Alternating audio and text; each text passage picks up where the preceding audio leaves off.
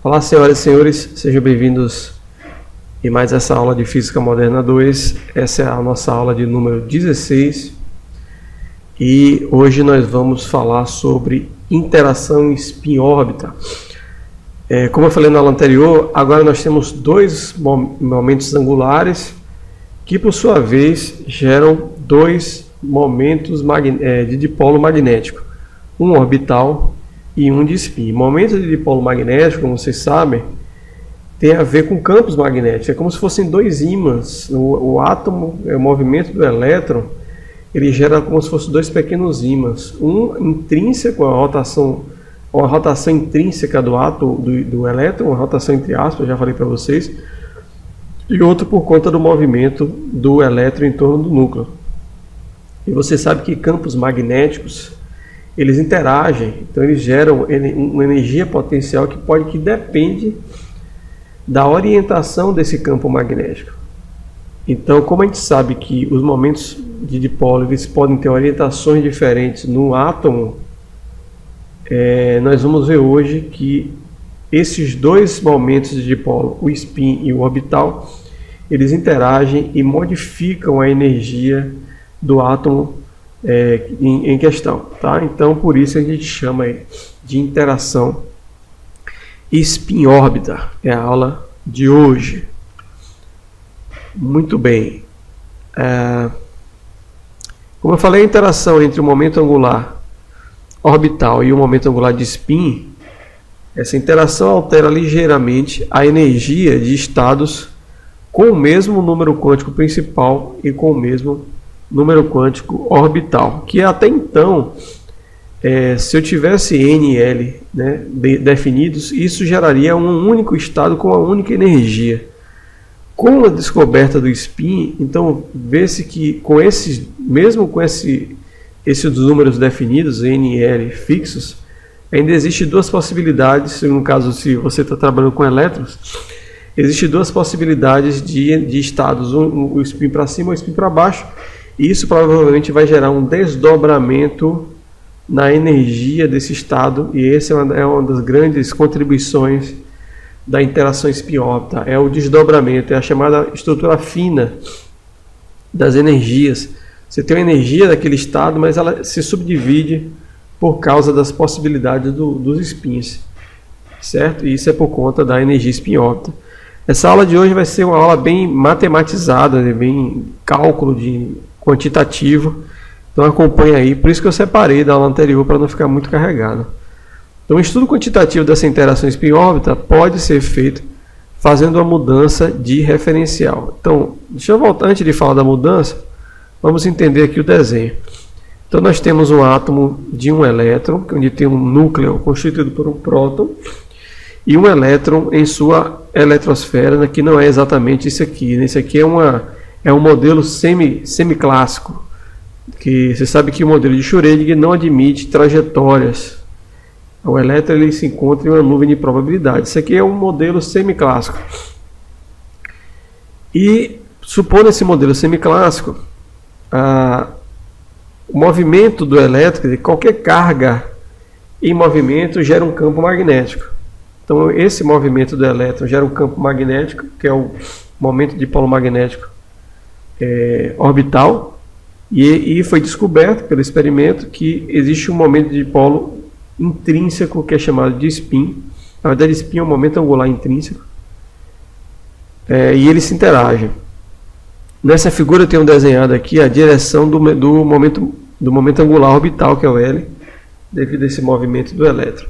Então precisamos aqui calcular como é que é o campo magnético que age no elétron, como é que é o campo magnético do momento de dipolo de spin, e fazer essa interação. Então eu preciso calcular o campo magnético gerado pelo movimento do elétron nele próprio.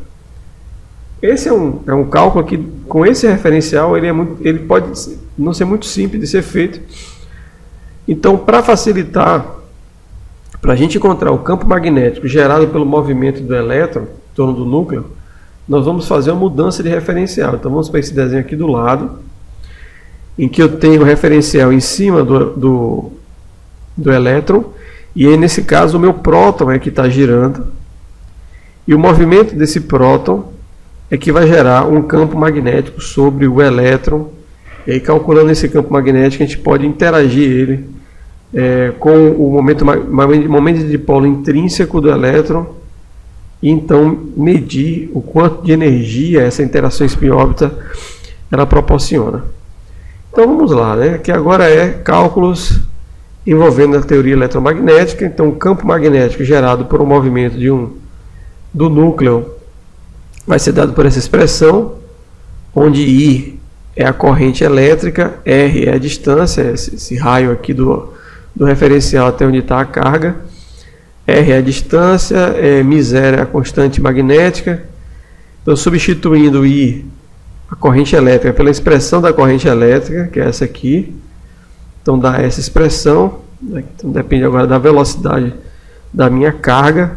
Utilizando a lei de Coulomb, a gente consegue escrever o campo elétrico, tá aqui, para esse problema, e veja que essa expressão de cima ela se aproxima muito dessa de baixo. E tem o ZE sobre 4π, aqui é o ZE sobre 4π, e eu tenho R sobre R3, tá aqui R sobre R3.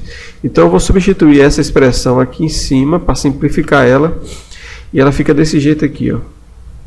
Fica menos ε0 μ0. O ε0 aparece aqui da expressão de Coulomb, que é a constante elétrica. Ela acaba aparecendo aqui que eu substituo. E a expressão ficou muito mais simples, e para simplificar ainda mais eu substituo 1 sobre a raiz de μ0 ε0 por c ao quadrado, que é uma constante que vocês bem conhecem lá da física 4, que é a velocidade da luz no vácuo. Então minha expressão do campo magnético fica dada por essa expressão aqui, escrita em função da velocidade da carga e do campo elétrico produzido. Esse campo elétrico ele pode ser definido, calculado a partir da força de Coulomb, da força eletromagnética. E a força, por sua vez, isso aqui é um conceito lá de física 1, né? A força ela pode ser obtida através da derivada da energia potencial. Força é menos, se for no caso de uma força unidimensional, que só tem uma variável, força ela pode ser calculada como menos a derivada da energia potencial em função dessa variável.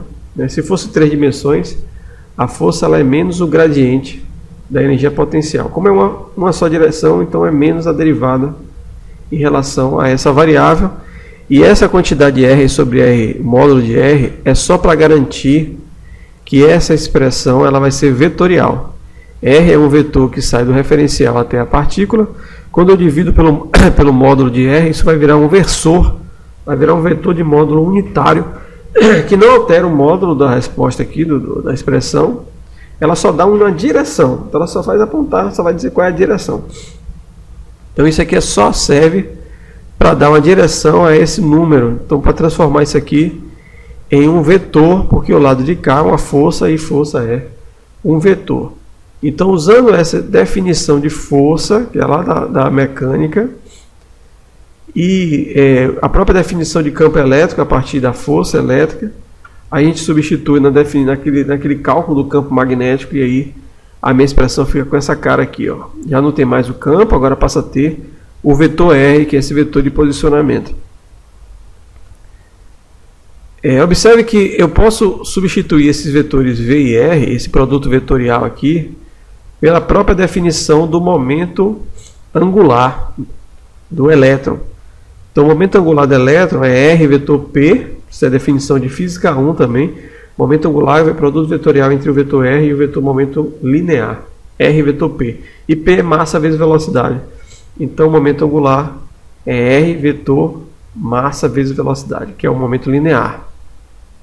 Vejam que isso aqui é o contrário, aqui é R vetor V e aqui é V vetor R. Em produto vetorial, minha gente, a gente não pode trocar simplesmente a ordem. O produto vetorial não é comutável. Se eu inverto a ordem de um produto vetorial, eu preciso multiplicar por menos 1 o resultado. Então, para usar essa substituição, para poder substituir V vetor R por L, eu tenho que tirar esse menos aqui. Por isso que o menos não aparece embaixo. E esse M ele aparece aqui dividindo, para poder satisfazer a igualdade. Então, reescrevendo o campo magnético em função do momento angular, a minha expressão do campo magnético que atua no campo elétrico, ou desculpa, a minha expressão do campo magnético que atua no elétron é dada por essa expressão aqui, em que eu tenho o campo magnético escrito em função do momento angular. Veja pela essa expressão aqui que o campo magnético ele está na mesma direção do momento angular. Então, como mostra essa figura, o meu campo magnético B ele também aponta na mesma direção do momento angular L do movimento, que é gerado pelo movimento do próton em torno do elétron, que é a mesma coisa se fosse o contrário, porque eles têm a mesma direção.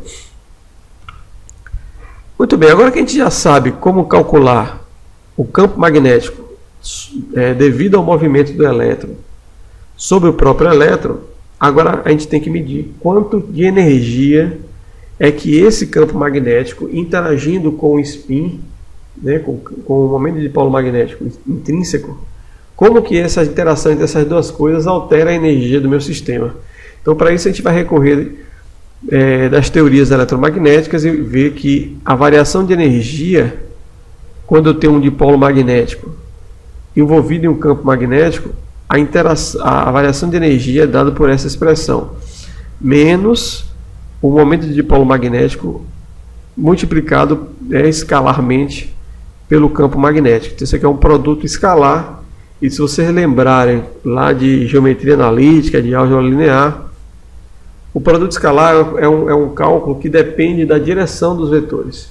Quando os vetores têm a mesma direção, esse produto escalar é máximo. Quando os vetores têm direção oposta, esse produto escalar é o mínimo, que ele depende do cosseno do ângulo entre os vetores. Substituindo a definição do momento de dipolo magnético intrínseco que a gente viu na aula do experimento de Stirling-Gerlach, então μS vai virar isso aqui, onde S maiúsculo é o momento angular intrínseco, é o spin de fato. O spin é um momento angular, não é um momento de dipolo magnético, é um momento angular. Então eu só fiz substituir pela definição. Só que essa expressão ela é válida no referencial do elétron. Nós estamos interessados em fazer o cálculo no referencial do núcleo. Então, ao fazer essa transformação de referencial, existem algumas correções relativistas que não está no material, não está no livro, são um cálculo que foge ao princípio da disciplina, mas que mostra que ao fazer essa transformação, ao considerar essas questões relativísticas, aparece esse fator meio aqui, Tem esse fator meio, ele não aparece do nada, ele vem aí para uma questão de correção relativística, já que o átomo ele se movimenta, os elétrons se movimentam a velocidades relativísticas. Então, no referencial do núcleo, a minha variação de energia devido à interação entre os momentos angulares, o momento angular de spin e o campo magnético é dado por essa expressão.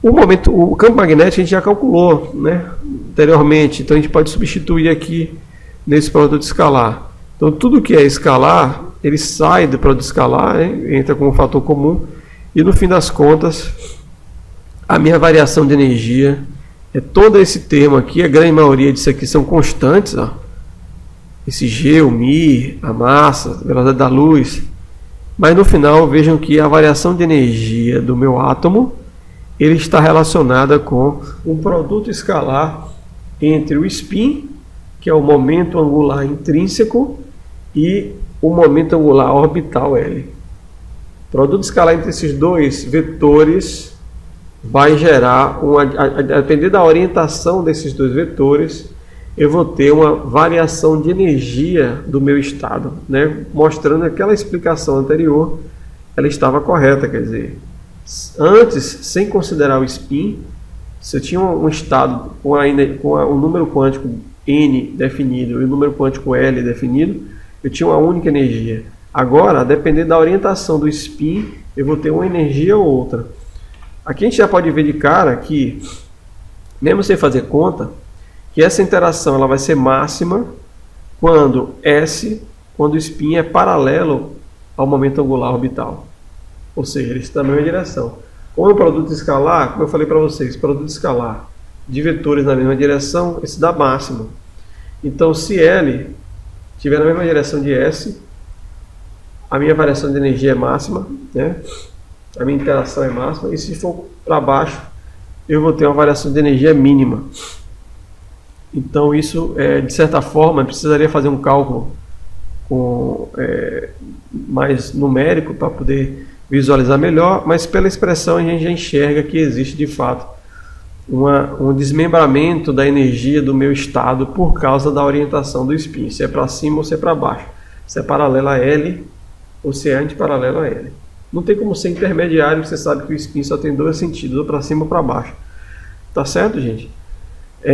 Bom, a aula foi um pouco puxada em termos de cálculo, espero que vocês deem uma revisada nesses cálculos todos aí. Eu tentei explicar ao máximo esses passos para vocês poderem acompanhar no material, mas não deixem de rever o material, de dar uma estudada, porque realmente talvez eu tenha falado alguma coisa aqui que não ficou muito clara e, como sempre, né?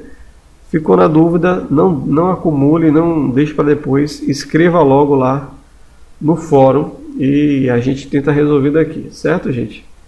Então é isso aí, até a próxima aula e fui!